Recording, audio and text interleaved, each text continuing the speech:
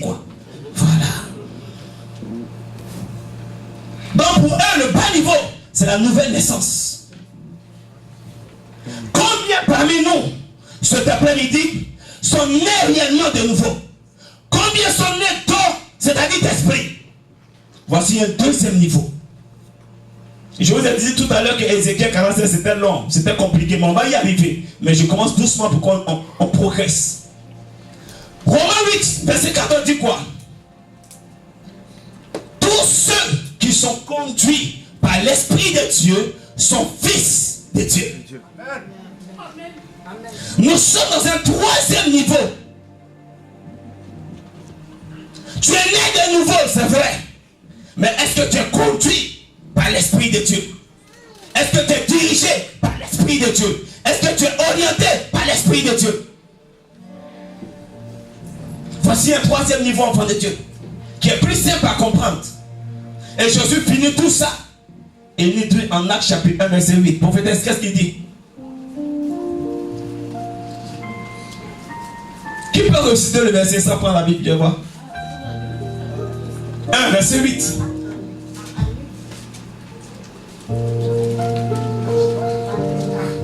Actes chapitre 1, verset 8. Le Saint-Esprit survenant sur vous. Lis. Je veux que tu lises exactement tel que c'est écrit. Mais vous le savez.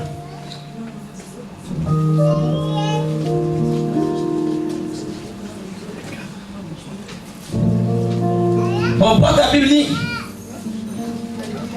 Oui. Mais vous recevrez une puissance. Mais vous recevrez une puissance. Le Saint-Esprit survenant sur vous. Et vous serez mes témoins. Et vous serez mes témoins. À Jérusalem. Dans toute la Judée. Dans la Samarie. Et jusqu'aux extrémités. Amen. Dans la quatrième dimension, il parle de témoins. Des gens qui reçoivent une puissance. Alors quand toi tu as commencé à grandir, dis-moi, c'est où tu t'es arrêté?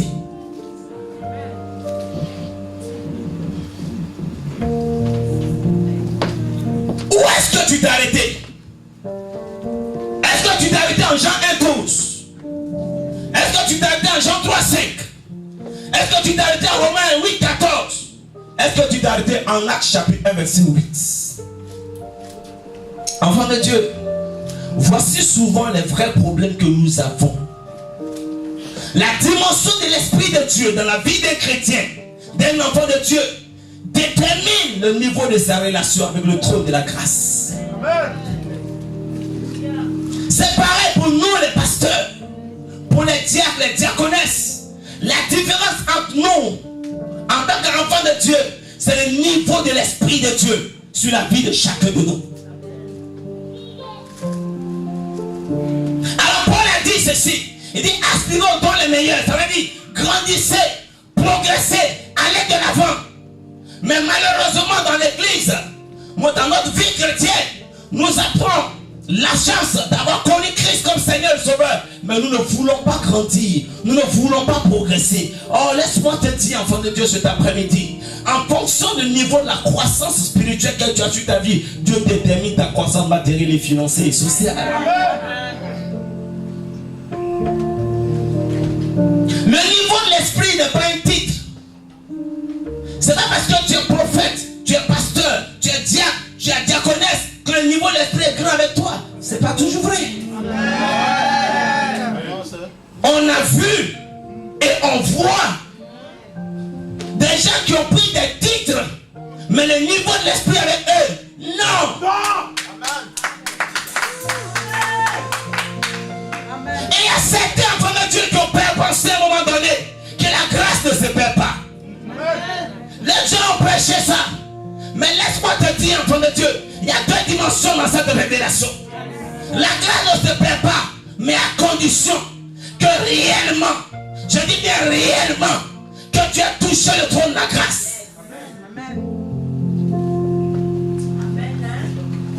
La grâce peut se perdre, enfant de Dieu.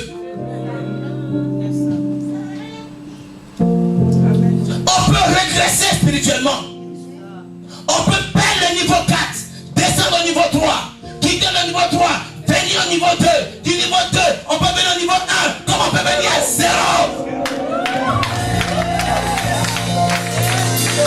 On a vu des prophètes de Dieu, des diacres, des chantres, des chrétiens et chrétiennes qui sont devenus des païens ici. Nous sommes appelés à grandir, mais non à reculer. Parce que l'Esprit de Dieu est un esprit qui progresse, qui grandit, qui prospère et qui va de l'avant. Enfant de Dieu, c'est à ça que nous sommes appelés. Mais dis-toi une chose, enfant de Dieu. Quand le païen te dit, celui qui ne progresse pas, recule, c'est le chrétien, il parle en général. Parce que nous sommes toujours au même niveau. Nous sommes toujours au même stade. Or, Dieu nous a donné 4 dimensions minimum de l'onction. Il nous a donné au moins 4 dimensions de son esprit. Et Dieu il nous mesure, il nous évalue, il nous pèse. Si quelqu'un te dit que Dieu n'évalue pas, dis-lui que moi je dis c'est faux. Il évalue chaque chrétien, chaque chrétienne, chaque pasteur, chaque prophète. Chacun d'entre nous est évalué devant le trône de Dieu. Rappelle-toi, Jésus marchait sur l'eau. Pierre dit je vais marcher aussi. Jésus dit Pierre, viens. La Bible nous enseigne que Pierre a commencé à marcher sur l'eau. À un moment donné, comme toi et moi, Pierre dit mais c'est moi comme ça, il marche sur l'eau aussi. Pour nous. Jésus lui a dit quoi? Homme de peu de foi. C'est parce que la foi s'évalue, elle se mesure. Que Jésus a pu dire peu de foi.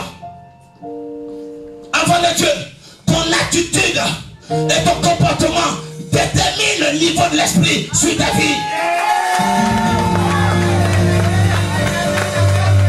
C'est pour ça que Jacques a dit la foi sans les œuvres est inutile, mais les œuvres sans la foi. Nous avons tous la foi. C'est le niveau de nos œuvres qui va déterminer le niveau de l'Esprit de Dieu sur la vie de chacun de nous. Est-ce que tu me suis, enfant de Dieu? Quand on pensait qu'on adore un Dieu qui est amour, un Dieu qui est gentil, on fait n'importe quoi, on fait des choses qui ne sont pas bonnes. Mais Dieu est nous, il est amour, il est gentil. Laisse-moi te dire que c'est fort. La Bible dit qu'il est le lion de la tribu de Juda. Il est un Dieu puissant. Il est un Dieu de justice. Il est un Dieu qui juge ses enfants. C'est pour cela que l'Ecclésiaste a dit, jeune homme, réjouis-toi dans ta jeunesse. Fais ce que tu veux. Il dit, mais sache.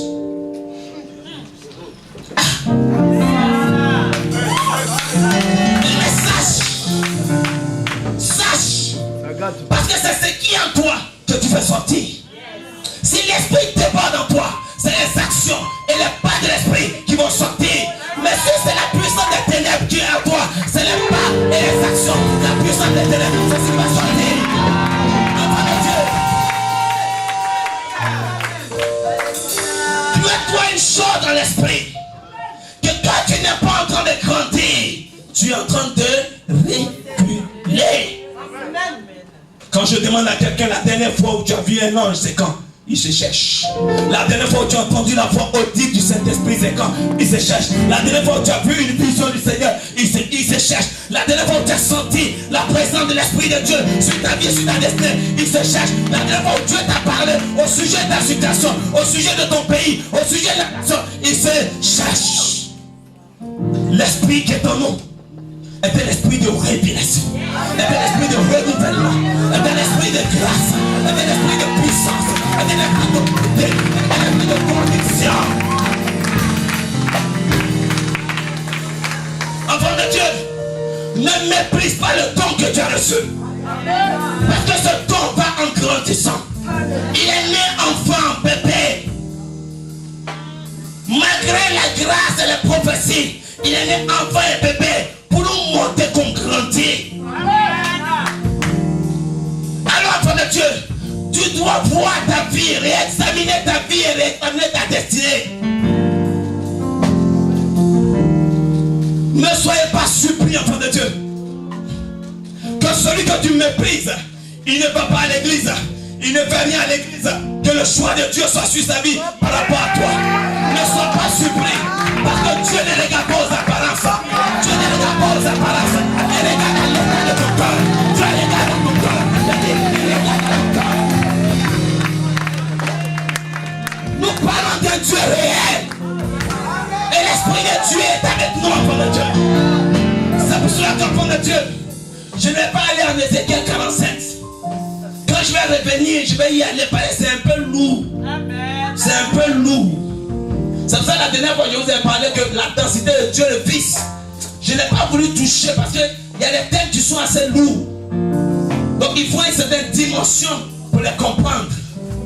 Il y a des choses que les disciples ont demandé à Jésus. Ils disent non, ça là pour le moment, on ne peut pas vous expliquer. Voilà. Parce que ça va devenir une folie pour toi. C'est comme je vous ai dit la dernière fois à l'école primaire. Tu tiens un enfant que 1 moins 2 ça fait moins 1, t'es bête. Tu comprends? Voilà. Donc, j'ai lu, mais c'est un peu lourd. Mais je vais donner terre à terre et puis on va comprendre. Alléluia. Maranatha. Oh, merci, Saint-Esprit de Dieu. Assure-toi dans la paix du Seigneur.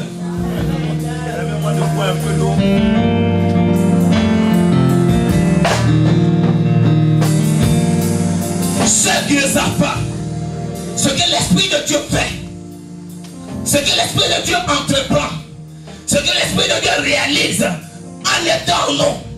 On va vous donner un exemple. C'est pour cela que la servante de Dieu a lu tout à l'heure dans le livre de Samuel. Quelqu'un se promenait. Il n'avait aucune valeur. Il n'avait pas le choix de Dieu. Le peuple a dit non, nous on veut un roi. Et Dieu l'a pris de sa position initiale, de sa position de destin. Et Dieu a donné son esprit à un homme qui s'appelle Saül. Et la Bible dit, Saül était-il parmi les prophètes? Oui, Saül est devenu prophète. Pourquoi? Parce que l'esprit de Dieu a été accordé à Saül. Je suis en train de dire un enfant de Dieu. Nous tous on a tourné dans les bars. Nous tous on a tourné chez les féticheurs. On a touché tous chez les marabouts. On était dans la boue. Et puis Dieu nous a amenés dans la boue. Et puis nous a ramenés, nous a lavé. Et puis nous a retirés. C'est comme toi et moi, enfant de